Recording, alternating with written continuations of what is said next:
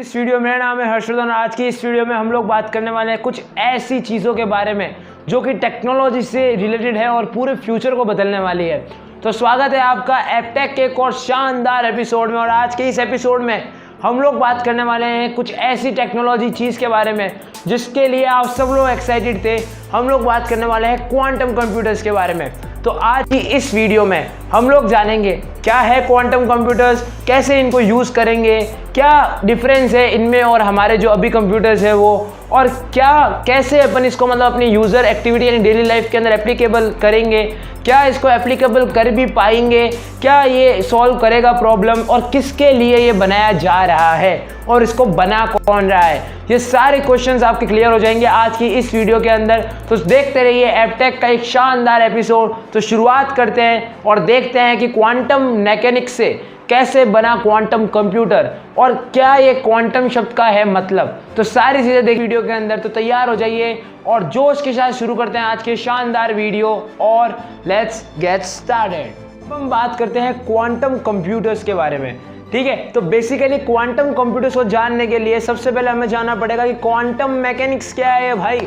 तो क्वांटम शब्द आया है कुछ फंडामेंटल एलिमेंट्स की स्टडी से। जब हम फंडामेंटल एलिमेंट्स जैसे इलेक्ट्रॉन, प्रोटॉन, न्यूट्रॉन, ड्यूट्रॉन इनके बारे की इनकी जो फिजिकल प्रॉपर्टीज है उनके बारे में हम स्टडी करते हैं, तब हमारे दिमाग में आता है क्वांटम मैकेनिक्स।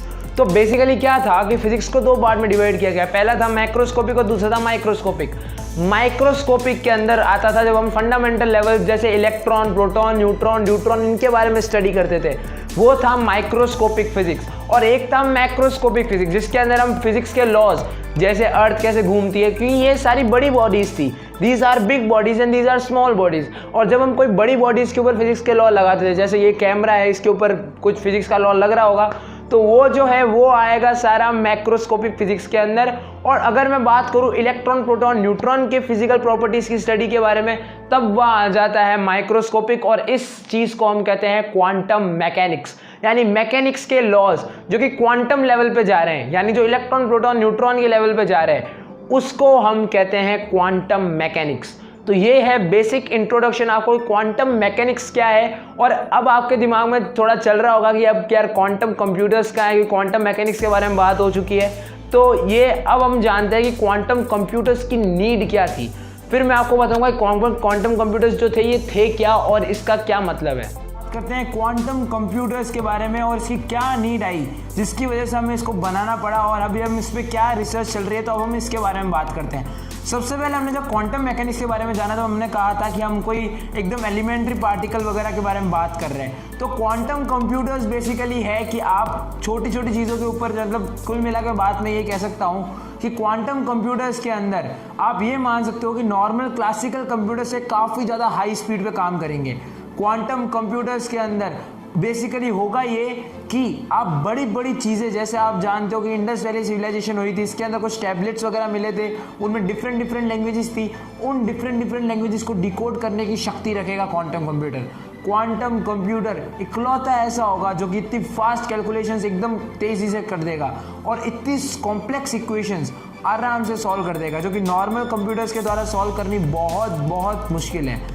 तो बेसिकली हुआ ऐसा था कि जैसे जैसे हम टेक्नोलॉजी में आगे बढ़ते गए तो हमारी चीज़ों की साइज़ छोटी होती गई। आप देख सकते हो कि अभी इस फ़ोन से वीडियो शूट हो रही है, कभी ऐसा भी टाइम था जब इस फ़ोन के अंदर जो कंप्यूटिंग पावर है उस लेवल की कंप्यूटिंग पावर को करने के लिए पूरे रूम जितना कंप्यूटर को सेटअप करना पड़ता था। लेकिन जैसे जैसे टेक्नोलॉजी आगे गई तो उसकी साइज़ घटते आज इस फ़ोन जितनी हो चुकी है और आने वाले टाइम में पता नहीं कितनी छोटी होगी। तो एक्चुअली में ऐसा था कि जब हम नॉर्मल लेवल पे बात करते हैं, ठीक है, जैसे अगर मैं न्यूटोनियन फिजिक्स की बात करूँ, न्यूटोनियन फिजिक्स बेसिकली वो फिजिक्स है जिसके अंदर न्यूटन्स के लॉज रखते हैं, यानी मैं बात कर रहा हूँ मैक्रोस्कोपिक फिजिक्स की, not a microscopic, I am talking about macroscopic. Macroscopic वो है जैसे मतलब अभी जैसे फ़ोन है तो उसमें मैक्रोस्कोपिक फिजिक्स लगेगी। लेकिन जब अगर मैं क्वांटम एलिमेंट्स की बात करने लग जाता हूँ, इलेक्ट्रॉन, प्रोटॉन की, वहाँ पर लगती है माइक्रोस्कोपिक फिजिक्स जिसके अंदर आप क्वांटम मैकेनिक्स लगाते हो। तो बेसिकली हुआ ऐसा था कि जैसे जैसे हम चीज़ों की साइज छोटी करते गए, जैसे अब मैं आपको एक एग्जांपल देके बताता हूँ कि सपोज एक कंप्यूटर है यहाँ पर, ठीक है, इसको हम क्लासिकल कंप्यूटर कहते हैं जो अभी हम यूज़ करते हैं। अब ऐसा सीन है कि क्या हुआ कि जैसे जैसे टेक आगे गया तो इसकी साइज़ छोटी होती गई। अगर मैं इसके अंदर से बाकी कंपोनेंट्स को हटा दूँ, ग्राफिक कार्ड, रैम, इन सबको अगर मैं रिमूव कर दूँ, HDD को हटा दो, सिर्फ एक प्रोसेसर को छोड़ दो, जो आप सुनते हो i7, i5, ये जितने भी प्रोसेसर्स हैं ये बेसिकली होते क्या है, अगर इनको आप इलेक्ट्रॉन माइक्रोस्कोप से जूम करके देखोगे तो ये और कुछ नहीं, लॉजिक गेट्स का कलेक्शन है। और लॉजिक गेट्स बने हुए होते हैं ट्रांजिस्टर से। ट्रांजिस्टर में 0 और 1 का मतलब होता है, 0 मतलब करंट को रोकना और 1 मतलब होता है करंट को अलाउ करना।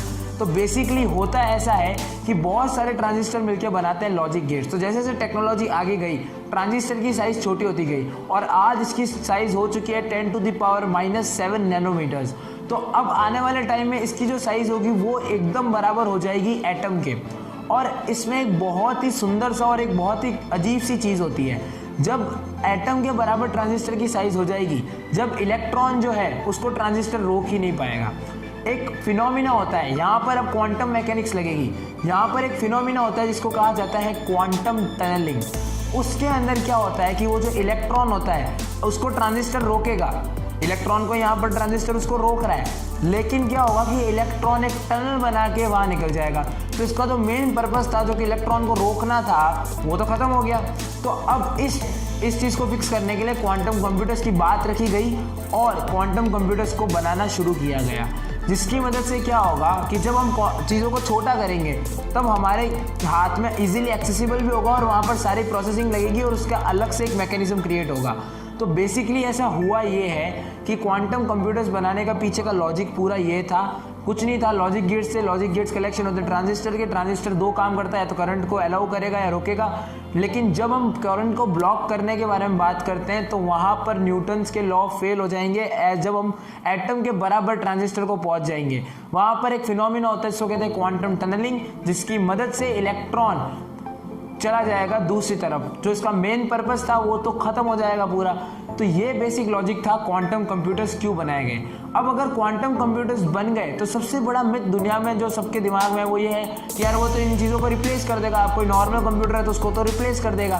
तो बेसिकली ऐसा है कि क्वांटम कंप्यूटर्स रिप्लेस नहीं कर पाएगा नॉर्मल चीज़ को, क्योंकि क्वांटम कंप्यूटर्स जो होगा वो अलग अलग पॉसिबिलिटीज़ पे वर्क करता है। बेसिकली क्या होता है, जब हम 2 तरह की बिट्स होते हैं, एक होते हैं बिट्स जो नॉर्मली 0 और 1 में होते हैं, और अगर हम बात करते हैं क्वांटम कंप्यूटर्स के बारे में तब होते हैं क्यूबिट्स, ठीक है। उसके अंदर भी ये सेम 0 और 1 होते हैं। लेकिन ढंग से सुनना, अगर हम बात करते हैं क्लासिकल कंप्यूटर्स में तो या तो 0 होगा या 1 होगा, तो एक चीज़ पॉसिबल है। लेकिन अगर मैं बात करता हूँ क्वांटम कंप्यूटर्स के बारे में, वह 0 भी हो सकता है, वह 1 भी हो सकता है, वह 0 1 दोनों भी हो सकता है। तो बेसिकली वहाँ पर पॉसिबिलिटीज़ होती है, ठीक है, हर चीज़ की एग्जिस्ट करने की पॉसिबिलिटी होती है।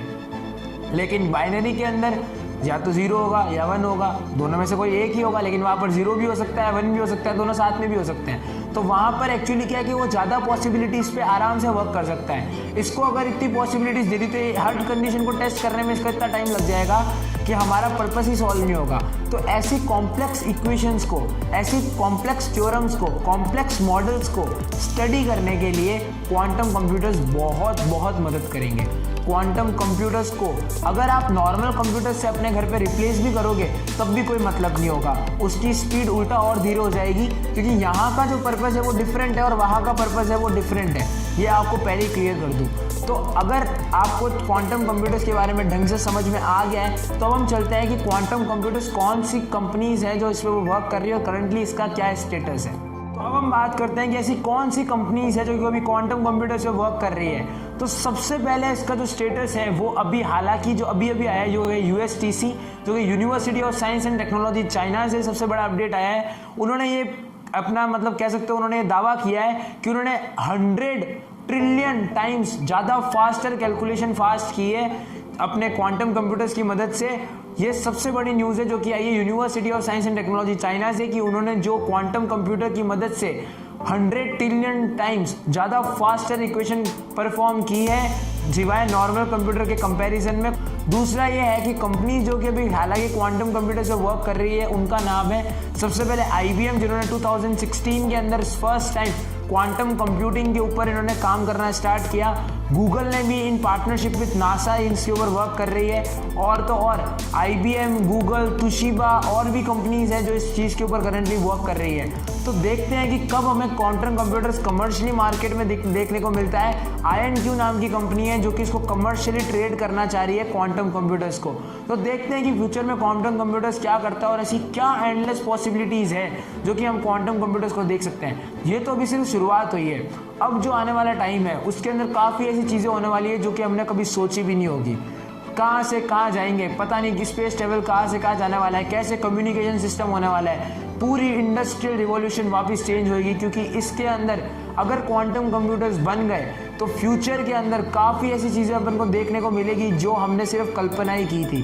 कैलकुलेशंस इतनी फास्ट हो जाएगी, कुछ ऐसी अनसॉल्व इक्वेशंस जो आज तक हमें पता नहीं कि वो क्या है, वो भी क्वांटम कंप्यूटर्स की मदद से सॉल्व हो जाएगी। इस वीडियो में इतना ही। अगर कोई अपडेट आएगा तो आपको इस चैनल पर ज़रूर मिलेगा। तब तक के लिए एपटेक को देखते रहिए। आपका इतना प्यार, इतना सपोर्ट देने के लिए बहुत बहुत धन्यवाद। So this is Harshvardhan shining of.